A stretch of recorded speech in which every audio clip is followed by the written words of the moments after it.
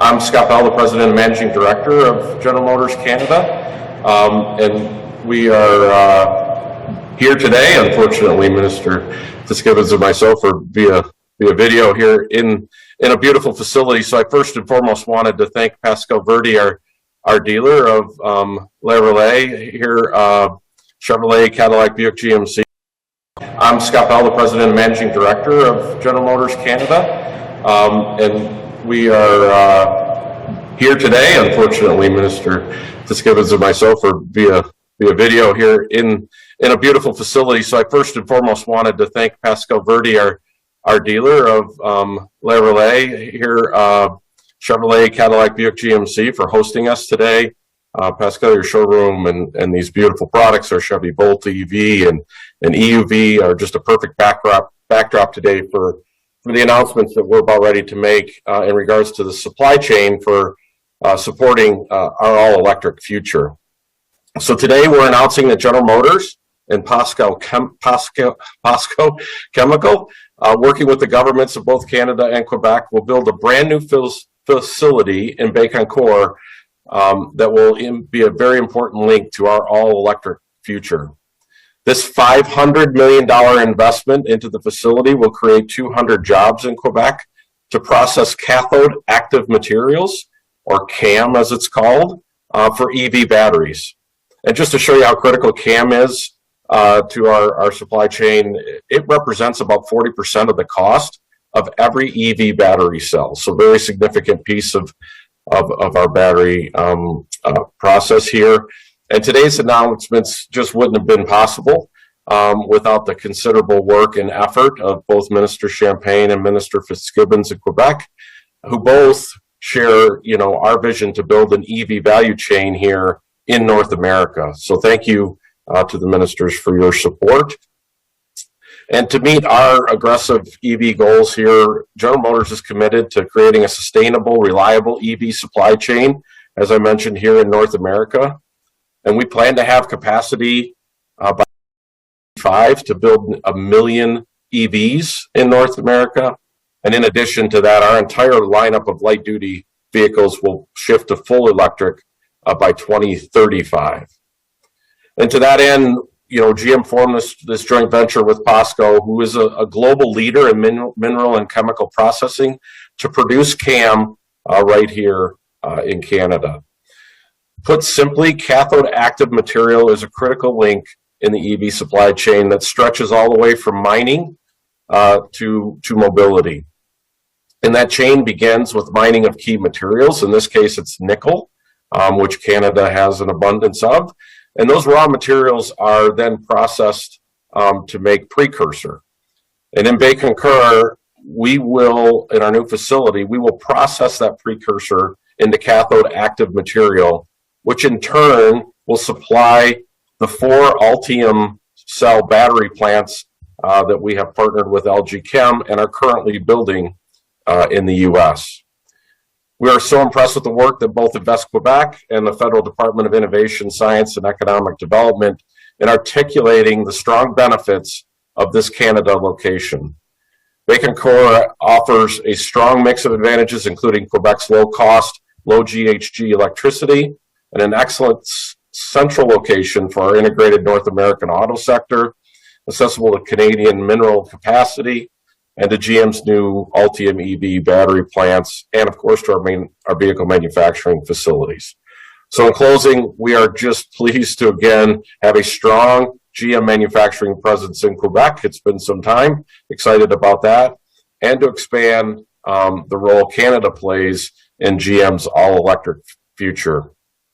And that includes the announcement today, so our new facility in Quebec, but it also includes our CAMI assembly operations in Ontario, which will be Canada's first real large-scale EV plant when we start BrightDrop production here later this year. So we look forward to working with the federal and Quebec governments to begin site preparation and construction in Bécancour immediately, with the objective of starting CAM production in 2025. And now I'd like to take this opportunity to introduce the Honorable Minister Champagne for some opening remarks as well. Minister? Thank you very much, Scott. It's a great day, and it's nice to see you, my friend, and I hope you recover very soon so we can be together. Mesdames et messieurs, c'est un grand jour. C'est un grand jour aujourd'hui parce qu'on voit le retour de GM au Québec après 20 ans. Vous savez, pour ceux de mon âge qui ont grandi avec la Camaro et la Firebird, ça nous rappelle de bons souvenirs de ce qu'on produisait chez nous ici à Boisbriand. Alors, c'est un grand jour, je dirais, où on est extrêmement fiers. Mais encore plus important, je pense, pour le Québec, pour les Québécois et les Québécoises, c'est qu'on intègre le Québec maintenant dans la chaîne d'approvisionnement de l'automobile en Amérique du Nord, dans le véhicule du futur. Et ça, je dirais à tous les collègues, c'est une très, très grande nouvelle pour le Québec, pour la Mauricie, le centre du Québec et bien évidemment le Canada. Et ce qu'on est en train de concrétiser, j'aurai la chance d'en parler avec M. le ministre Fitzgibbon, c'est que l'écosystème des batteries est en train de prendre. Et ce qui est intéressant, on voit un investissement de plus d'1,5 milliard de dollars chez nous qui va être fait à Bécancour. Donc, c'est une excellente nouvelle pour les gens de la Mauricie et du centre du Québec. C'est une excellente nouvelle pour le Québec et bien évidemment une excellente nouvelle pour le Canada. Et j'aurais le goût de vous dire, Scott, welcome back. On est content de vous revoir chez nous ici au Québec. And I want to say thank you to GM Canada and particularly POSCO Chemical for the very big news that we are here to celebrate. But this is not just a big news for GM or POSCO. This is a big news for Canada. It's big news for Quebec, and it's indeed big news for Bécancour. And your words, Scott, resonated with me when you said Canada is playing a key role in our all-electric future. And I must say, my friend, we're proud to do so. Mais avant de commencer, j'aimerais d'abord saluer la présence avec nous de Pierre Fitzgibbon, qui nous rejoint par vidéo d'Israël. Je le vois sourire et on sourit nous aussi. Puis, cher Pierre, faut savoir, pour ceux qui sont avec nous, c'est un collègue, c'est un partenaire d'exception. Moi, je veux dire, grâce à notre collaboration de tous les jours, on est capable ensemble d'attirer des investissements d'envergure. Ça a été vrai dans la biofabrication, c'est vrai dans l'aérospatial, et c'est maintenant vrai aussi dans l'automobile et l'industrie des batteries chez nous. Alors, cher Pierre, je sais que tu es avec nous de toute façon. On te voit très bien à l'écran. Ça me fait grand plaisir que tu sois là parce que tu es un partenaire essentiel dans cette collaboration-là qu'on a dans tous les projets qui vont permettre au Québec et à la province, évidemment, d'avancer sur les plans économiques, mais sur l'économie du futur. Je voudrais aussi souligner la présence de Lattanzio, qui est ici, la députée de Saint-Léonard-Saint-Michel, et mon collègue Faisal Al-Khouri, qui est de la région de Montréal. Je voudrais aussi saluer le ministre Charette. Monsieur le ministre Charette qui est avec nous. Monsieur le ministre, c'est un plaisir de vous voir, vous qui guidez la transition verte du Québec. Alors que vous soyez là ce matin, je pense que c'est un témoignage encore plus fort de voir qu'on est tous alignés et c'est toujours un plaisir de travailler ensemble. Vous êtes aussi un partenaire d'exception. On est accompagné du ministre Julien. Monsieur le ministre, vous êtes juste là. Vous êtes là. Monsieur le ministre, plaisir d'être avec vous. On a partagé plusieurs tribunes ensemble. Je pense que la dernière, c'était à Gaspé, où on annonçait des investissements dans les énergies vertes. Alors, merci. Et avec vous aussi, on va être capable d'avancer pour avoir l'infrastructure dont on a besoin pour faire ça. Et j'ai mon collègue Donald Martel, le député provincial de Bécancour, qui est un collègue de la même région. Alors, on a beaucoup de choses à se réjouir aujourd'hui, Donald. Je le vois le sourire derrière le masque parce que je dirais que les nouvelles sont assez bonnes ces derniers jours pour, évidemment, l'avenir économique. Et je voudrais saluer les employés ici du concessionnaire GM. Merci, c'est grâce à votre talent, votre excellence, votre expertise qu'on est rassemblés ici ce matin, qu'on va voir GM faire encore plus au Québec. Alors, je vous salue, vous qui êtes avec nous ce matin. Écoutez, mesdames et messieurs, depuis mon arrivée à titre de ministre de l'Industrie, une des grandes priorités, ça a été de m'assurer que le Canada soit perçu comme un partenaire de choix pour la production des batteries, mais aussi pour les véhicules du futur. Et je dois dire que je suis particulièrement content de l'annonce qu'on fait aujourd'hui, car c'est le résultat, je dirais, de dizaines d'appels, de messages textes avec, évidemment, vous avez vu le président du GM au Canada, Scott Bell, mais aussi ses collègues à Détroit. Et je voudrais me permettre publiquement de saluer notre collègue Steve Carlisle, qui est le président de GM en Amérique du Nord, à qui j'ai parlé ce matin, car Steve a été aussi un partenaire d'exception pour nous permettre de choisir, que le Québec soit choisi pour cette grande usine-là de GM. So as Canada Industry Minister, I can tell you that I truly enjoy explaining why Canada is the best place to invest. And I guess, Scott, you probably heard me so many times repeating that now, but I see you smiling. It resonated because we're here this morning. We have the talent, we have the ambition, and we have the expertise here to obviously welcome you in Canada. Dans le fond, ce que nous offrons au Québec qui est particulier, c'est la proximité. Quand vous parlez des grands joueurs dans le domaine de l'automobile, dans le domaine des batteries, c'est la proximité aux ressources, la proximité aux usines d'assemblage et bien évidemment la proximité au marché, ce qui fait que le Québec se positionne de façon avantageuse. Et encore plus c'est que le Québec, le Canada, est l'un des rares pays au monde et le seul pays de l'Ouest qui possède l'ensemble des minéraux critiques pour produire des batteries, que ce soit le cobalt, que ce soit le lithium, que ce soit le nickel ou le graphite. Alors, ça nous met dans une position fort enviable pour attirer des investissements prestigieux comme celui d'aujourd'hui. Alors que l'on veut s'assurer que notre reprise économique verte conjugue l'emploi, l'économie et l'environnement, la transition mondiale de l'industrie automobile vers des voitures électriques s'aligne parfaitement avec nos objectifs et je dirais les valeurs des Québécois et des Québécoises. On veut faire du Canada un leader mondial de la transition économique verte et je vous dirais, chers amis, aujourd'hui, on franchit une étape des plus importantes. Parce que bientôt, au Québec, ce qu'on sera capable de produire au Canada, c'est de l'aluminium vert, on produira de l'acier vert et on va maintenant produire des batteries vertes, ce qui va nous positionner le Québec, le Canada, comme un chef de file dans la production des véhicules électriques verts de l'avenir. Et ça, c'est très important parce que les décisions qui sont prises aujourd'hui vont avoir un impact économique pour les générations à venir. On parle d'emplois sur des décennies qui vont être assurés grâce à l'investissement du GM. Évidemment, c'est une excellente nouvelle pour les travailleurs et les travailleuses de chez nous. C'est une excellente nouvelle pour l'industrie parce qu'avec Pierre Fitzgibbon et les collègues, on crée une nouvelle industrie qui n'existait pratiquement pas chez nous au Québec ni au Canada.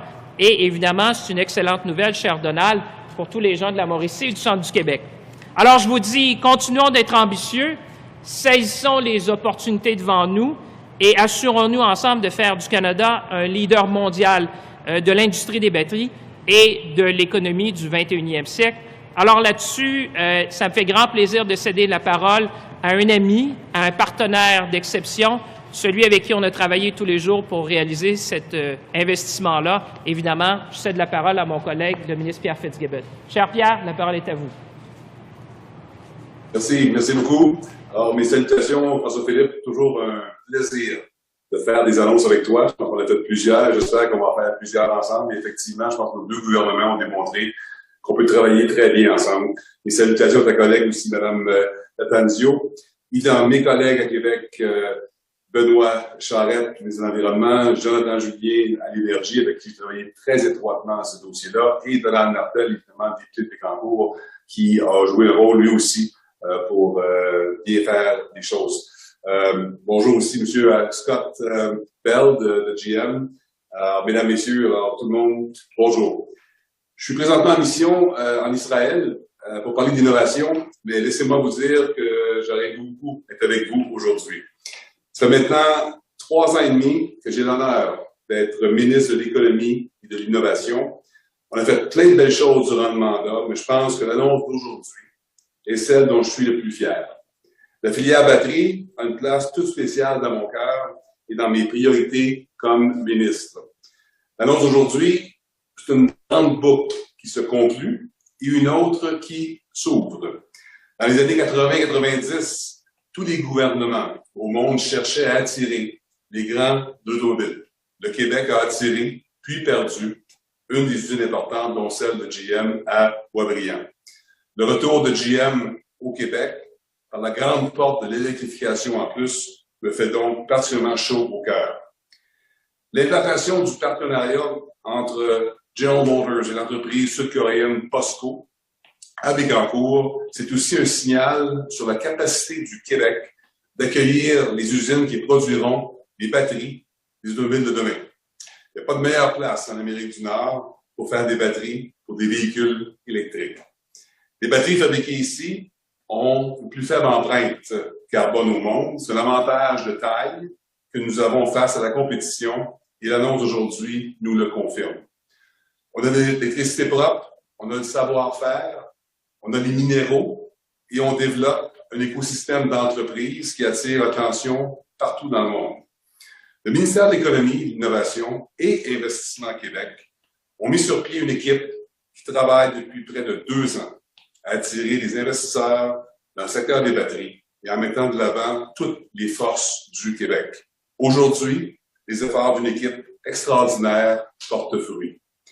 D'autant plus que l'annonce d'aujourd'hui s'ajoute à celle de BASF de vendredi dernier sur l'implantation aussi à Bécancour d'une usine de fabrication de matériaux actifs de cathode et de recyclage de batteries. Notre objectif maintenant sera de développer le reste de la chaîne de valeur de l'industrie des véhicules électriques et de la filière des batteries. Le mot d'ordre de notre stratégie sont transformer, brancher et recycler. Il faut des entreprises pour faire tout ça. Premièrement, on veut exploiter et transformer les minéraux du territoire québécois pour fabriquer des composantes de batteries, comme des anodes et des cathodes, que nous fabriquons à Bécancour. Deuxièmement, on souhaite produire les cellules qui alimenteront les usines d'assemblage de batteries. Troisièmement, on veut développer le recyclage des batteries à partir des technologies québécoises d'avant-garde. Et finalement, on souhaite augmenter la production des véhicules commerciaux électriques et intelligents. Les usines de GM et BASF agiront comme catalyseurs pour l'essor de nouveaux écosystèmes économiques comme il ne s'est pas développé au Québec depuis très longtemps. Nous sommes au début de la transformation économique la plus importante que le Québec a connue depuis l'avènement du secteur des multimédias au début des années 2000. J'ai souvent parlé de Bécancour comme étant l'épicentre de la vallée de la batterie. Je pense et je sais que d'autres investissements suivront dans le centre du Québec, en Mauricie et dans bien d'autres régions du Québec. En s'établissant à Bécancour, General Motors va bénéficier d'un écosystème d'industrie solide, d'une expertise de pointe qui est reconnue et d'une main-d'œuvre qualifiée. À toute l'équipe de General Motors Canada, je dis bienvenue au Québec et bienvenue à Bécancour. To all the General Motors Canada team, welcome to Quebec and welcome to Bécancour. Merci.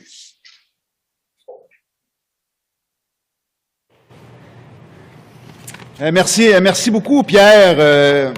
D'entrée de jeu, je tiens à saluer tous les collègues qui sont ici aujourd'hui. François-Philippe, Patricia, Benoît, Donald, M. Bell. Et je terminerai là, avec Pierre. Pierre, cher Pierre, là, malheureusement, tu es à distance aujourd'hui. J'aurais aimé ça partager la tribune avec toi. Je te remercier, Pierre, pour tout le travail qui a été fait aujourd'hui. C'est un jour heureux qu'on vit ensemble. Mais depuis ton arrivée comme ministre de l'Économie au Québec, depuis à peu près 2 ans, effectivement, tu as mis en place un comité sur la filière batterie où j'ai eu l'occasion de participer avec toi, avec Hydro-Québec, avec Investissement Québec, justement pour venir valoriser au Québec nos richesses, qui sont les minéraux, l'hydroélectricité et notre expertise. Et force est de constater aujourd'hui, Pierre, que le travail acharné que tu as réalisé avec tes équipes donne des petits naturellement en partenariat avec nos collègues du fédéral, naturellement. Je vais également souligner la collaboration de mon collègue Benoît Charette, qui croit autant que moi sur la nécessité d'effectuer aujourd'hui une transition énergétique responsable au Québec. Cette transition qui est encore plus essentielle, à mon avis, dans le contexte mondial actuel. Je peux donc toujours compter sur toi, cher Benoît, pour cette vision-là de transition énergétique ici chez nous. Vous le savez, comme ministre de l'Énergie et des Ressources naturelles depuis un peu plus de 3 ans, je travaille à aller chercher la meilleure façon d'exploiter nos ressources, justement pour mettre en valeur nos minéraux critiques et stratégiques ici au Québec. Qu'on parle de nickel, qu'on parle de lithium, de cobalt, le sous-sol québécois renferme une vingtaine de métaux et minéraux critiques et stratégiques qui sont la voie de l'avenir pour la transition technologique, pour la transition énergétique. On en a chez nous et on a déposé un plan audacieux, le plan sur les minéraux critiques et stratégiques. Ce qu'on veut faire, c'est plus d'exploration, plus d'exploitation, de la transformation chez nous à valeur ajoutée, c'est ce qu'on parle aujourd'hui, et du recyclage. Donc, c'est un volet bout en bout d'une filière d'avenir pour le Québec.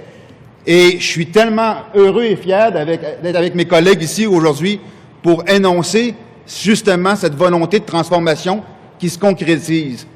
Il y a eu beaucoup de travail dans les 2 dernières années, beaucoup de haies à franchir, mais on voit que les atouts du Québec sont reconnus et ils font faire en sorte que pour la suite des choses, on va être un chef de file mondial dans cette transformation et dans cette transition-là.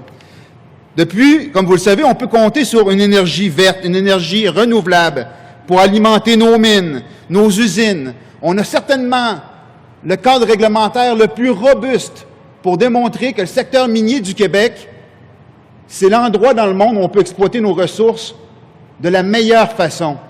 Donc, on a tout ce qu'il faut pour positionner le Québec. Et aujourd'hui, ce que fait General Motors avec Canada, avec POSCO Chemical, ça vient justement confirmer nos ambitions.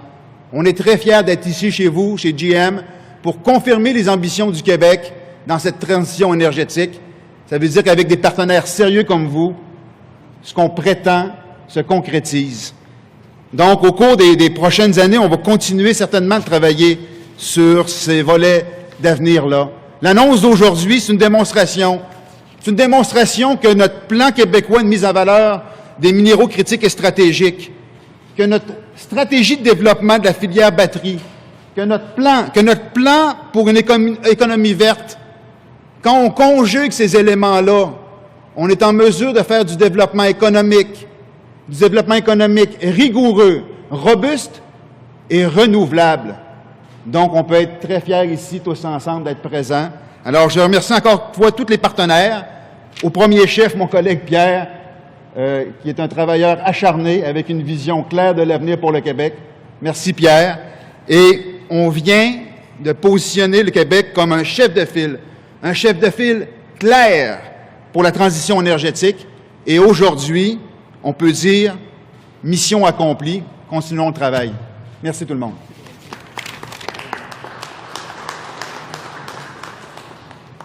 Maintenant, on va passer à la période de questions. On va commencer avec les questions en personne. Je vous demanderai de faire la file et ensuite, on va passer aux questions au téléphone. Je vous demanderai de dire votre nom et votre média avant de poser votre question. On va prendre une question et un follow-up. Après les questions au téléphone, on va aussi faire un photo-op proche des voitures. Donc, si vous voulez venir, vous êtes les bienvenus. Donc, on va commencer. Bonjour, Jacques Bissonnet, Radio-Canada. M. Champagne, qu'est-ce qu'on va faire exactement qu'est-ce qu'on va développer précisément, cette nouvelle usine, cette future usine en 2025? Ça va être quoi? Des batteries ou des composantes de batteries? Votre question est très bonne, puis je pense que mon collègue Pierre l'a évoqué, puis Pierre peut rajouter. Vous savez, quand on fait des batteries, il y a les anodes et les cathodes. Donc, ce qu'on annonce aujourd'hui, c'est que GM, d'abord, revient au Québec, et ça, c'est la grande nouvelle après 20 ans. Et ce qu'ils vont faire au Québec, c'est la partie essentielle, c'est-à-dire c'est la cathode qui va nous permettre ensuite de ça de faire des batteries.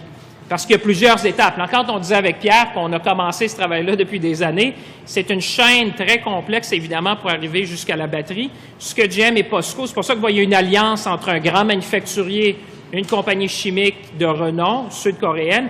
Ils vont se mettre ensemble. Et l'avantage de Bécancour et du Québec, puis mon collègue, le ministre Julien le disait, c'est que ce qui les a amenés chez nous, entre autres, il y a beaucoup d'avantages, évidemment, on a le talent, l'expertise, mais c'est aussi la proximité aux ressources parce qu'on va être capable chez nous de raffiner et le nickel, et le cobalt, et le lithium. Alors, évidemment, ils se rapprochent des sources d'approvisionnement. Et ce que vous allez voir, c'est qu'aujourd'hui, on va être capable de produire les cathodes chez nous qui vont ensuite de ça permettre de faire les batteries qui vont aller dans les véhicules électriques. Mais les batteries ne seront pas faites à Bécancour. C'est un élément. Ce qu'on est en train, puis je pense que vous voyez aujourd'hui, c'est une suite de bonnes nouvelles. Vous avez vu vendredi, on a fait un grand jalon avec BASF, compagnie allemande de renom, qui décide de venir chez nous. Croyez-moi, c'était pas évident parce que Pierre le sait, on est en compétition avec plusieurs États américains. Ils ont choisi le Québec. Aujourd'hui, on dit GM POSCO choisit le Québec encore. Donc, on est en train de faire la marque que ce qu'on appelle la partie essentielle, c'est-à-dire les cathodes et les anodes, ça va être fait chez nous. Et ensuite de ça, il y aura des annonces pour voir où on fera éventuellement l'assemblage des batteries pour les amener dans les usines qui sont principalement, comme vous savez, du côté de l'Ontario. Une dernière question. Le 500 millions, c'est payé par qui? Comment c'est comptabilisé tout ça? Alors, l'investissement de GM POSCO sera de 500 millions. Et ce que je peux vous dire, c'est qu'évidemment, de notre côté, puis je vais laisser mon collègue, le ministre Fitzgibbon, ajouter là-dessus, mais c'est qu'évidemment, on sera un partenaire substantiel pour permettre la réalisation de ce projet-là, parce que ce qu'il faut comprendre, c'est que les gouvernements font toujours partie de l'équation pour attirer des investissements comme ceux-là. Vous en comprendrez qu'on est en train de bâtir une industrie qui, je pense, à terme, pourrait être aussi grande que des industries qu'on a vues comme l'aéronautique au Québec à terme. Parce que là, ce qu'on vient de faire, et c'est là le génie de ce qui a été fait, c'est qu'on vient de rentrer le Québec dans la chaîne d'approvisionnement, pas québécoise, pas canadienne, mais de l'Amérique du Nord, parce que ce qui va être produit à Bécancour va servir pour toutes les usines de GM en Amérique du Nord. Alors, c'est un coup de circuit, je vous dirais, d'avoir amené ça. Mais je vais laisser Pierre ajouter là-dessus du côté du Québec. Merci, Philippe. En fait, peut-être en complément, c'est important de noter qu'au Québec, ce qu'on offre, là, c'est la chaîne intégrée. Nous avons au Québec le nickel, nous avons le lithium et le graphite, qui va être extrait de nos mines. Il va être transformé à Bécancour pour faire de l'hydroxyde de lithium, pour faire du sulfate de nickel et pour faire éventuellement du graphite enrobé sphérique, qui sont des composants qui vont entrer après dans les anodes et les cathodes. Alors, comme M. Champagne dit, au Québec, on est en train de bâtir la chaîne. On a annoncé il y a 1 an une usine d'assemblage de batteries avec l'ion électrique. Ce qui nous manque dans le milieu, c'est un cellulier. On va travailler fort pour que la chaîne soit comblée. En termes du financement, on travaille avec le gouvernement fédéral. On a un programme qu'on a mis en place avec POSCO et GM. Là, on va de finaliser les ententes. Alors, ça va être pratiquement ce qu'on a fait dans les autres projets où, comme gouvernement au Québec, nous allons pouvoir prêter de l'argent à l'entreprise, puis il y aura une partie qui pourrait être pardonnable pendant de ce qui aura été livré a posteriori. Le financement va être annoncé dans les prochains mois.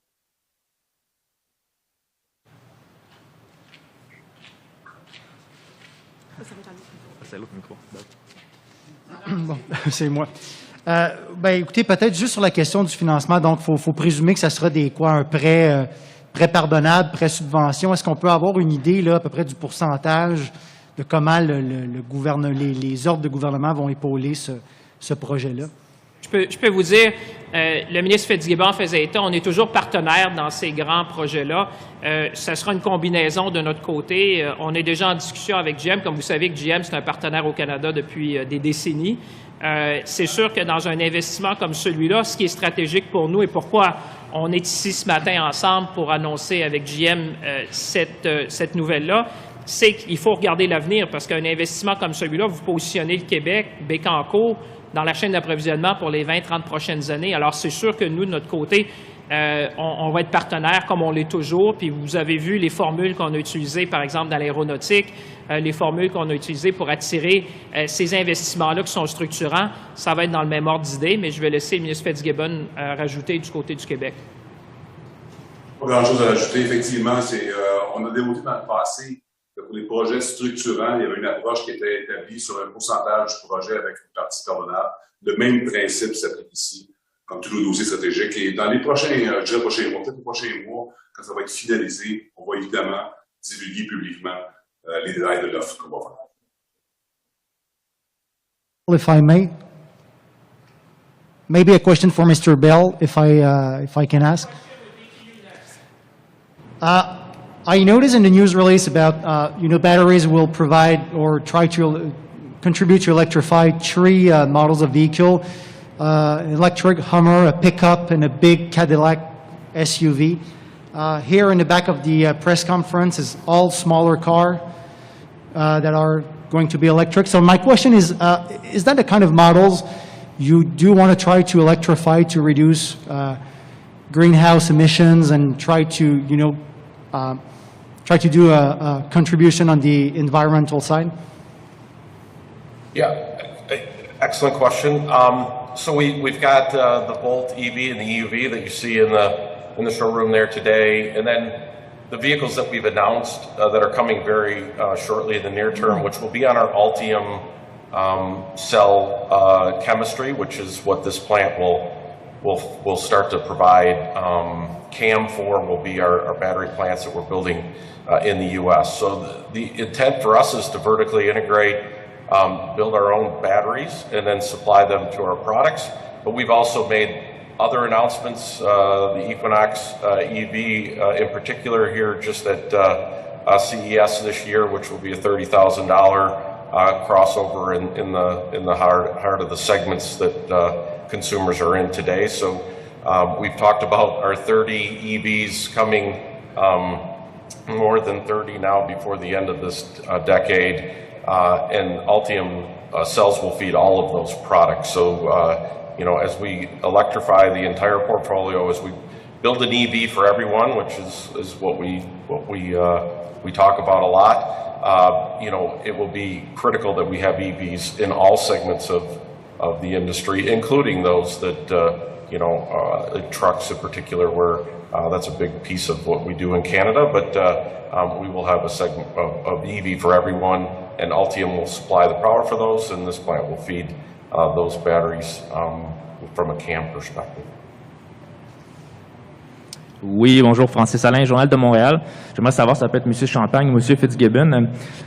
Quelle ville est en compétition avec Bécancour? Est-ce qu'on peut le savoir? Est-ce qu'on peut avoir les 3, les 4, lesquels qui ont joué du coude, qui ont été les plus durs avec vous? Avec qui avez-vous dû vous battre? Ça, c'est ma première question. Ben, je vous dirais de ma part, puis je vais laisser Pierre rajouter aussi. Écoutez, la compétition, c'est jamais entre nous, mais c'est vraiment avec les différents États américains. Il faut comprendre que quand vous avez un manufacturier mondial comme GM qui décide de s'installer, c'est un travail de plusieurs mois, voire plusieurs années, parce qu'il y a beaucoup de critères. Et comme je le disais, ce qui est spécial aujourd'hui, d'abord que GM revienne au Québec, c'est une grande nouvelle, mais c'est qu'on s'intègre dans la chaîne d'approvisionnement nord-américaine, non seulement canadienne, parce que vous savez, GM a 3 usines au Canada, il y a St. Catharines, il y a Kami Ingersoll, il y a Oshawa. Mais là, ce qu'on vient de faire, c'est de stratégiquement, et ça a été fait en conjonction avec l'équipe de GM au Canada, mais aussi à Détroit, c'est de choisir que le Canada ferait partie de la chaîne d'approvisionnement critique. Parce qu'il faut comprendre, pas de batterie, pas de véhicule du futur, hein? Alors, vous comprendrez qu'avec la chaîne qui s'en vient électrique, cette annonce-là, pour GM, elle est cruciale dans la chaîne d'approvisionnement. Mais la vraie compétition, c'est vraiment entre les différents États américains.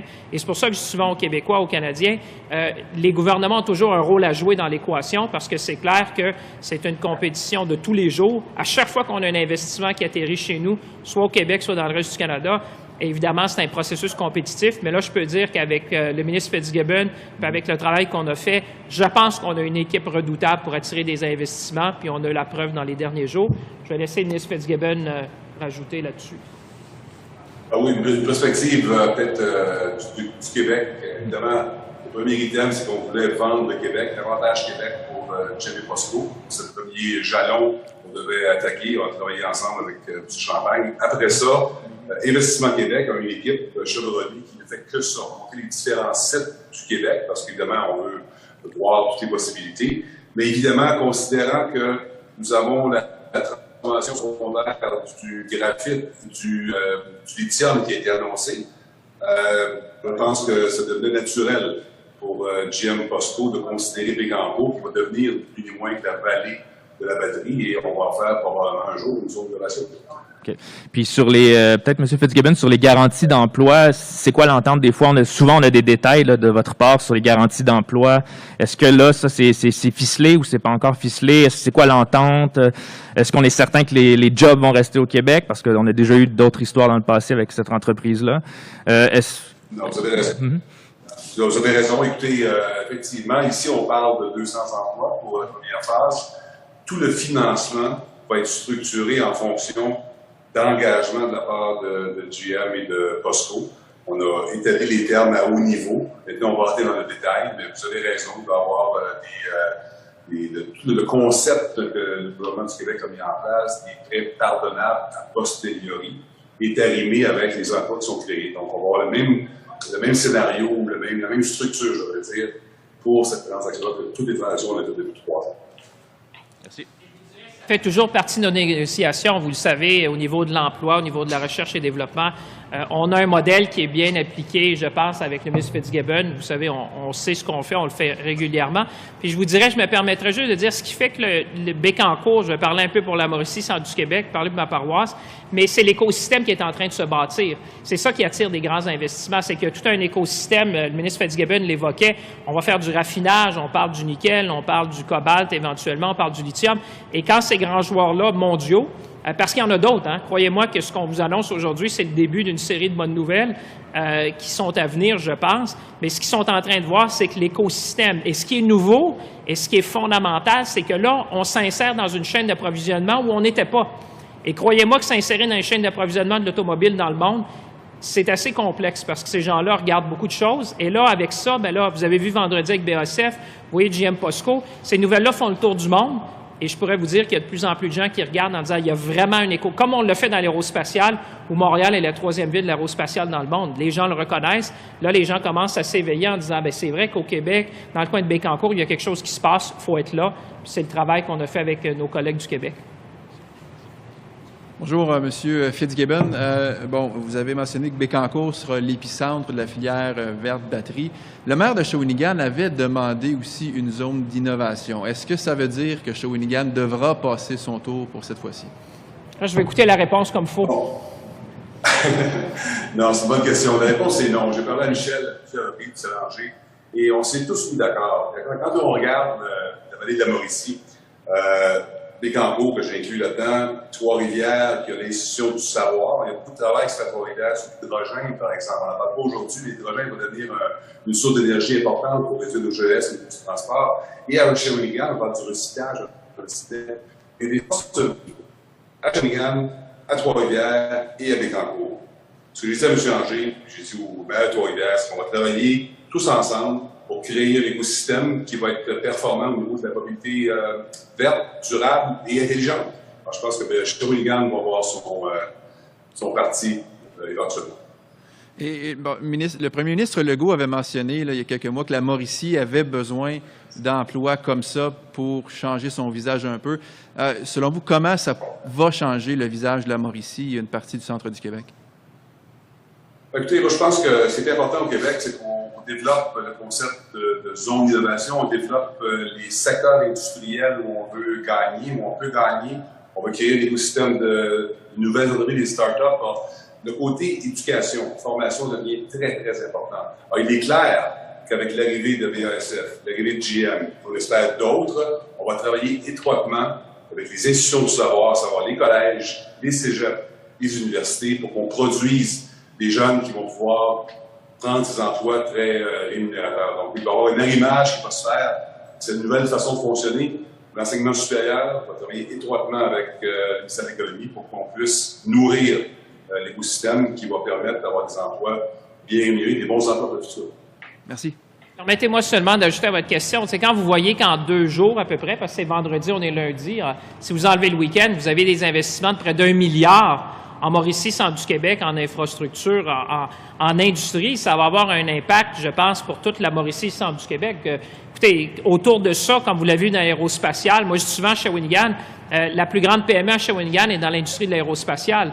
Alors, quand on arrive avec des joueurs comme ceux-là qui ont des chaînes d'approvisionnement mondiales, vous les installez à Bécancour comme BASF, bien là, je pense qu'à terme, vous pouvez vous attendre à tout un écosystème de Shawinigan jusqu'à Bécancour, jusqu'à Trois-Rivières qui en bénéficient. C'est des talents qui vont venir chez nous, c'est des expertises qu'on devra développer. Puis j'imagine que c'est une série de PME qui devront se greffer autour aussi. Donc, avec plus d'1 milliard d'investissements, vous parlez de 500 millions plus vendredi, vous dépassez facilement le milliard. Écoutez, c'est beaucoup. Je ne pense pas qu'on a vu ça souvent. En tout cas, je regarde Donald Martel, on est à peu près de la même âge. Hein? C'est rare qu'on a vu 1 milliard tomber en l'espace de 2 jours dans la région. Je pense qu'on va tous pouvoir en profiter, puis les travailleurs davantage. Oui, bonjour. Stéphane Roland de la Presse canadienne. Ma question est pour M. Fitzgibbon et M. Champagne. Je comprends que les sommes ne sont pas encore annoncées par rapport à l'aide, mais je me demandais, est-ce que c'est déjà prévu dans des enveloppes, dans des programmes qui ont été annoncés dans les budgets et les mises à jour, ou ça va être des nouvelles dépenses? De notre côté, tout à fait. Vous savez, on a un fonds qui s'appelle le Fonds d'accélération Net Zéro. Donc, les discussions sont déjà bien avancées avec GM sur ça. Et c'est sûr qu'on sera un partenaire avec eux, mais ça va faire partie des enveloppes. On a déjà un fonds de 8 milliards pour permettre de transformer l'économie vers une économie du 21e siècle qui est plus verte. Alors, ça va faire partie des enveloppes. On a déjà les autorités nécessaires là, pour avancer avec eux. Puis on a déjà des discussions bien avancées sur les avantages financiers qu'on va être capable de donner, qui vont être comparables à ce qu'on a fait dans les autres dossiers. Pierre? Même chose au niveau du Québec. Clairement, notre ministre des Finances est au courant qu'on travaille sur ces dossiers-là. Il y a eu des soucis dans nos budgets depuis quelques années. Nous avions établi un montant d'argent pour toute la filière batterie. Alors, évidemment, les fonds sont disponibles pour faire notre entente qu'on divulguera en temps et lieu. My next question is for Mr. Bell. Mr. Bell, I was wondering when the facility will open and if you have planned more time to build it because of the labor shortage and the supply chain situation. Yeah, thanks. Well, our intent is to open it as soon as we possibly can. So thanks to the ministers and the government's support for allowing us to get there immediately. So starting immediately, we will start construction. And our plan is to be producing by early 25. And part of the,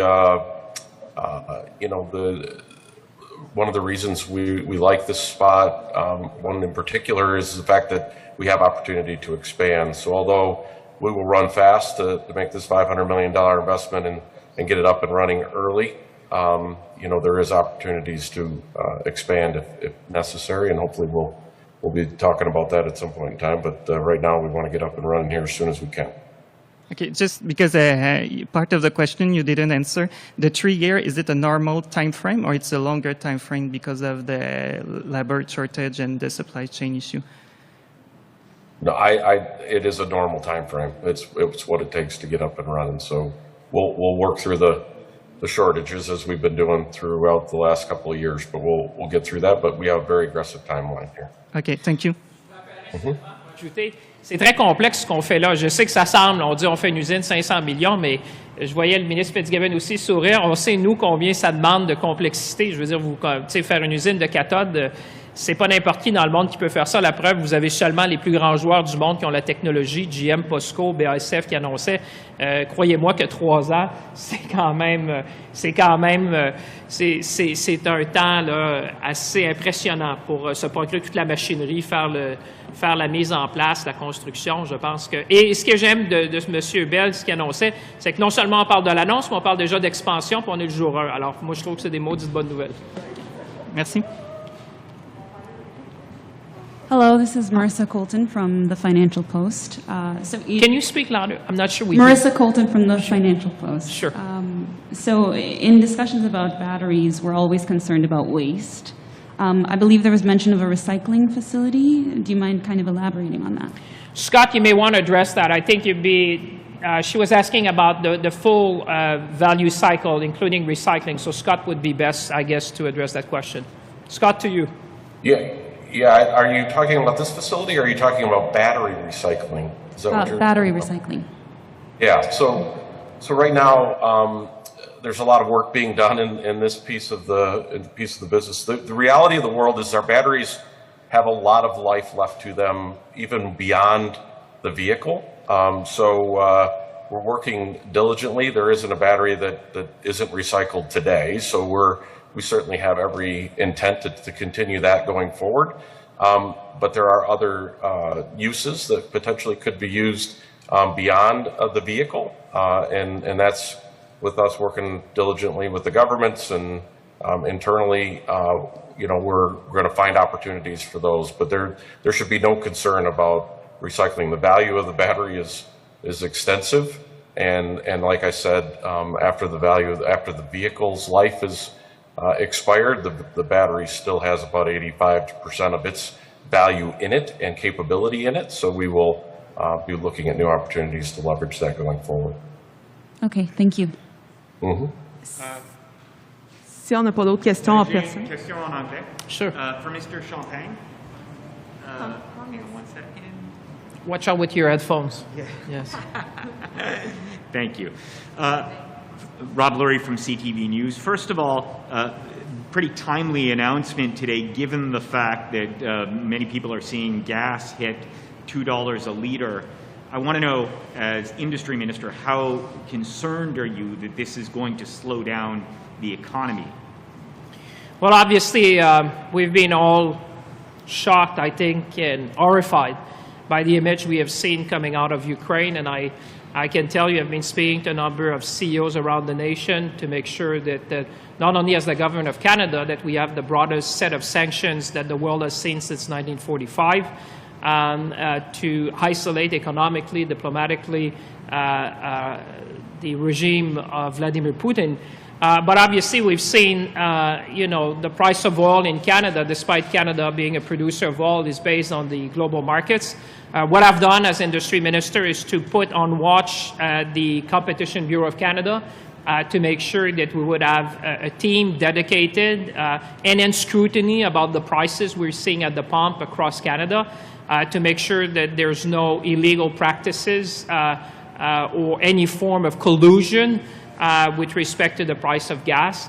And we're going to be monitoring that very closely. I will use every tool in the toolbox that I have to make sure that Canadians benefit from the best price. But I think everyone watching understand that the price of oil is largely based on, it's a commodity which is traded globally. So the price of oil in Canada is based on the global markets. But we're going to do everything we can as the government of Canada to make sure that consumers are protected and that we'll use all the tools we have in the toolbox. With great respect, a lot of the oil right now that is the gasoline that people are buying was bought a while ago with lower prices, yet the price of gas has risen by about 50 cents a liter in a matter of 4 or 5 days. So this is very worrisome. You say you're going to put the Competition Bureau on notice to make sure there's no illegal practices, but realistically, how much can you do? Well, I will do everything I can. Obviously, the framework we have in Canada is the Competition Bureau. None that I will do. I've already seized them. You may have seen I published a letter to the commissioner asking him to apply an scrutiny because we were preparing. We know that trade between Canada and Russia is very limited in both an import and export. It's less than 1%. But we do know whether it's the price of wheat, whether it's the price of gas, whether it's the price of oil, it's based on global markets. So the tool that we have in the toolbox in Canada is really to the Competition Bureau to make sure that, to your point, that nothing either suspicious or illegal or any form of collusion would happen. And that's what we've been doing, and that's what we're monitoring very closely. I also want to just ask you something about today's announcement, and then I just have a quick question for Sure. Mr. Bell. But obviously you talk about, sorry about that. I want to make sure the folks on the video can hear you. That's Right. why. I can hear you loudly. There's no problem. It's my friends on the screen. All right, I want to know, obviously, very big news for you, as you were saying, GM back in Quebec after 20 years. How significant is today's announcement to you, and what does it say about the future innovative sectors in Quebec? Well, if you're asking me, this is a home run. I mean, listen, 20 years. I grew up with the Camaro and the Firebird. For those who have the same age, they will remember Boisbriand was making us proud, and today we brought them back. And what I said before, and my colleague Pierre Fitzgibbon may want to add, it's a great thing to see GM back after 20 years. But what is more significant for Canada and Quebec is that now, starting from this announcement, we will be integrated in the global supply chain for cars in North America. That's a major shift. Canada, and I would say Canada was already with some of the factories we have in Ontario, as you know, where we produced a lot of vehicles, but it's kind of the first time you see in a long time that Quebec would be introduced within the global supply chain, because the plan that Scott is announcing today is not for the domestic market only, but it's for the North American market. And that, for me, is the most strategic decision, and the work that we've done with Minister Fitzgibbon was to make sure that we would have a strategic place in the global supply chain. But Pierre, I'm happy if you want to add to that. No, I think you well said it, José Philippe, but I think it's important to note as well that the reason we are now integrated into the supply chain of the vehicles is because of the electrification, the source of our energy, sustainable, low cost, so we are able to really attract investors because we are taking our minerals, we're going to make batteries out of them, and also we're going to make commercial vehicles, because Ontario obviously is mastering the car vehicles. I think we can be a good complement to Ontario, and clearly we have a place in the sunshine for Quebec, and I'm very proud of that. Donc, on va prendre une dernière question en personne et après ça, on va aller au téléphone. Super. Donc, ce serait André Dubuc de la presse. C'est une question de clarification peut-être pour le ministre Charest de l'Environnement. J'ai cru comprendre que la construction de l'usine allait débuter très rapidement. Je voulais savoir pourquoi le projet n'était pas soumis à un examen là, du BAP dans ce cas-ci. La question est pertinente. Peut-être mentionner qu'au cours des 2 dernières années, avec mon collègue Pierre et mon collègue Donald, on a regardé un petit peu quel était le potentiel à développer sur le territoire. Donc, il y a des travaux préalables qui ont été réalisés au niveau des terrains, au niveau des milieux humides en place, au niveau du type d'usine lui-même. C'est des éléments là, qui pourront être considérés dans les prochaines étapes. Bon, on suit la procédure telle qu'elle nous le commande, mais déjà, il y a un travail préalable là, qui s'est fait là, au cours des 2 dernières années, ce qui nous permet d'avancer avec un pas un petit peu plus rondement, un pas plus rondement. Juste pour bien comprendre, donc il y aura un BAP, mais vous êtes confiant que ça pourra se faire rapidement? En fait, à ce moment-ci, je ne peux pas présumer des prochaines étapes. Ce qu'il fallait identifier dans un premier temps, c'était les terrains disponibles. C'est un travail là, qui était amorcé avant même d'identifier quels étaient les partenaires qui allaient s'installer sur ces sites-là. Donc, ce travail-là nous permet d'aller plus rondement aujourd'hui. Pour ce qui est des projets à venir, il y a une procédure qui est bien établie au Québec et on va s'y conformer, c'est bien certain, selon la nature des projets là, qui vont se déplacer, qui vont se développer sur ces terrains-là.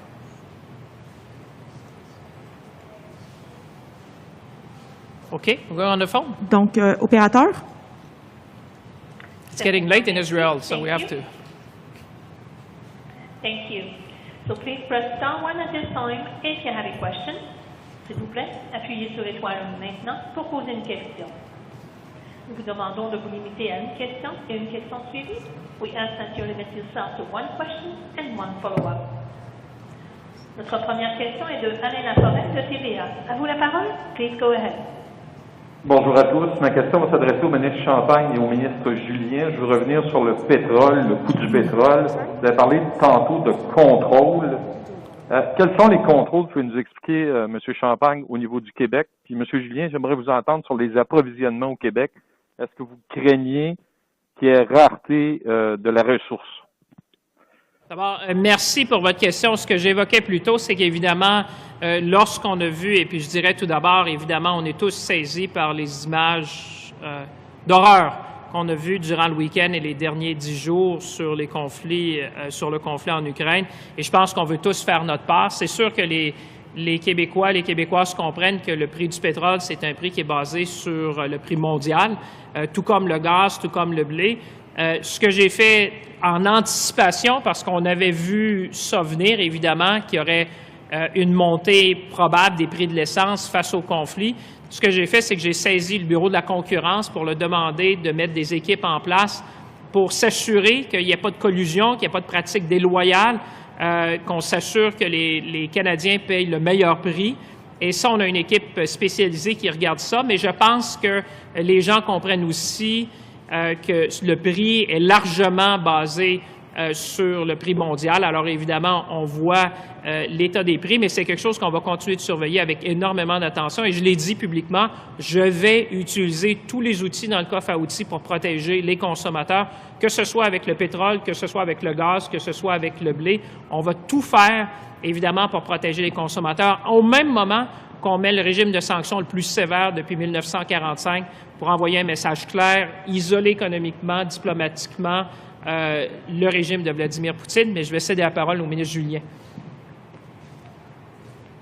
Oui, merci. Merci, M. Laforêt. Écoutez, source d'approvisionnement, gaz et pétrole au Québec, depuis 2019, 100% de l'énergie fossile proviennent du Canada et des États-Unis. Donc, source d'approvisionnement pleinement sécurisée. Naturellement, comme le mentionnait le ministre Champagne, on est dans une perspective macroéconomique où l'offre et la demande mondiale vient affecter les prix. Donc, clairement, ce qui se passe actuellement en Ukraine fait en sorte que l'offre est mis un peu à mal, certainement, et ça a un impact sur les prix. Nous, naturellement, on veille à la situation avec la Régie de l'énergie et avec le fédéral, justement, pour s'assurer qu'il n'y a pas d'enjeu de collusion, mais ça reste un marché pleinement concurrentiel et effectivement, de manière conjoncturelle, on voit l'effet que ça a. Nous autres, au gouvernement, on le réitère, là, mon collègue le ministre des Finances va déposer un budget, on voit très bien la pression conjoncturelle, momentanée sur l'état des prix et on va agir en conséquence avec des mesures ciblées, justement, pour aider les individus, les familles qui ont un réel besoin par rapport à cette situation-là. Donc, il y aura des mesures au budget. Mais pour ce qui est de l'approvisionnement, depuis 2019, 100% de l'approvisionnement gaz et pétrole provient Canada et États-Unis. Donc, il n'y a pas d'enjeu sur l'approvisionnement.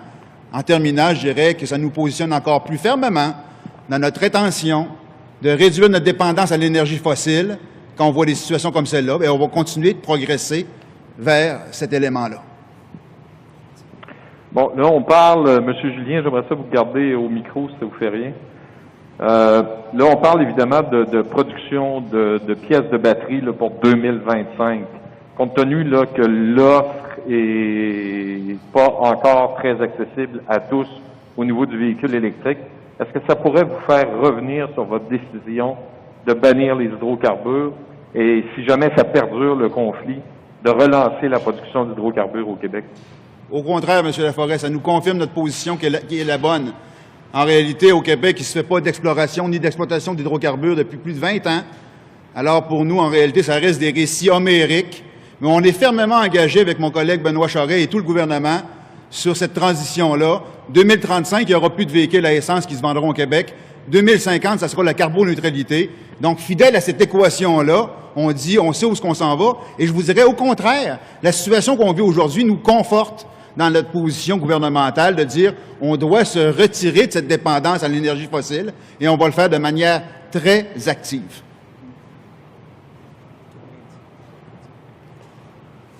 Prochaine question. Allez-y. Thank you. Our next question is from Robert Bostelar from Automotive News Canada. Please go ahead and la parole. Thank you very much. A question for Minister Champagne. We know that there are at least 14 full-scale battery plants underway in the United States or announced. My question is Canada moving closer to securing one of these very large plants? I know there have been discussions with certain manufacturers. And I also wonder, could the investment announced today prompt related investments along the wider battery supply chain in Canada in mining or other material processing, for instance? Thank you. Well, the simple answer to your question is yes, but you would appreciate we cannot give all the good news on the same day. I think over 2 days we had a number of good news, so we have to continue, but I can assure you that there is more to come. We have been clear from the get-go that we want to see from the mine to the recycling plant and anything in between. With Minister Fitzgibbon and colleagues from the Government of Quebec, Government of Ontario, with Vic Fideli, we've been working actively not only to renew mandates, and you'll see news on that, more EV vehicle being produced in Canada, but definitely the next piece of the puzzle is to get a battery manufacturing plant. Those are very live discussions. I'm well aware of what's happening in the United States, but I think one thing that I hear more and more from investors is that it doesn't make much sense to exploit, minerals in Africa, to refine them in Asia, and to produce battery with coal. I think that people understand that the car of the future is not going to be only electric, but it's going to be green. And I think in that, Canada offers an unparalleled proposition.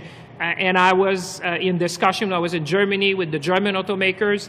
I received the Japanese delegation on Friday. I think this message is getting across that if you want to build a car of the future, there's one place in the world to do that. Canada needs to be part of that equation. There's going to be planned on both sides of the border. But I think there's more good news to come. But I think over the next 2 days, that has been a pretty significant step that we've taken to build this new industry in our country. Pierre, do you want to add anything to that? Just quickly, I think if we look at the EV pent-up demand, what we're going to see in the next few years, I think there's room for numerous gigafactories, cell manufacturing. So obviously, a lot of jurisdictions would like to have them. One of the advantages Quebec can offer is that on the one end, we have a commercial vehicle being done right now, school buses, urban buses, other products. So we'd like to have our own cell manufacturing supply that part of the market. And hopefully we can also convince Americans that we can also export batteries to the U.S. So I think there's room for numerous jurisdictions to get battery cell manufacturing.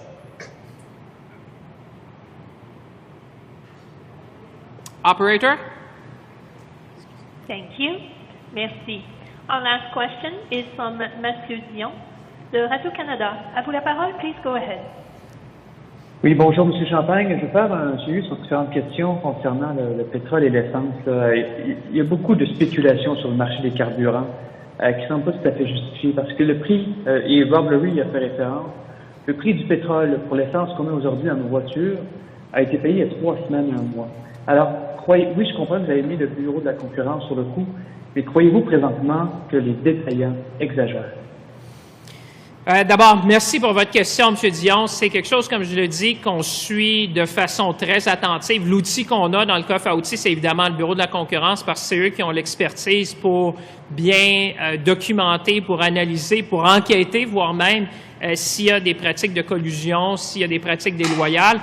C'est sûr que moi, je vais continuer de faire le suivi avec le commissaire. On a déjà mis cette équipe-là. Vous savez, on n'est pas en réaction, on était déjà proactif bien avant la crise. On savait ou on prévoyait qu'avec, évidemment, une crise comme celle-là, il y aurait des prix, il y aurait une flambée des prix de différentes denrées à travers le monde.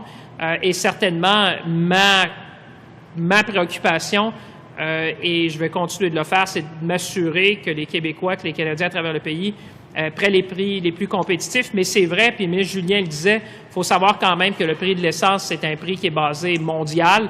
Alors, les effets de la crise en Ukraine se font ressentir chez nous. Mais on va faire tout ce qu'on peut, évidemment, pour suivre la situation de très près. Et s'il y a des mesures qu'on doit prendre additionnelles, on va les prendre sans hésitation.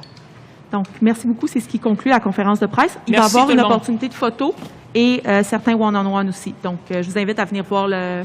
Merci, Pierre. Thank you, Scott. We're going to go drive the EV vehicle now. So, Pierre, bon voyage. Sois prudent. Scott, thanks for your leadership. Merci tout le monde. Thank you. Thank you very much.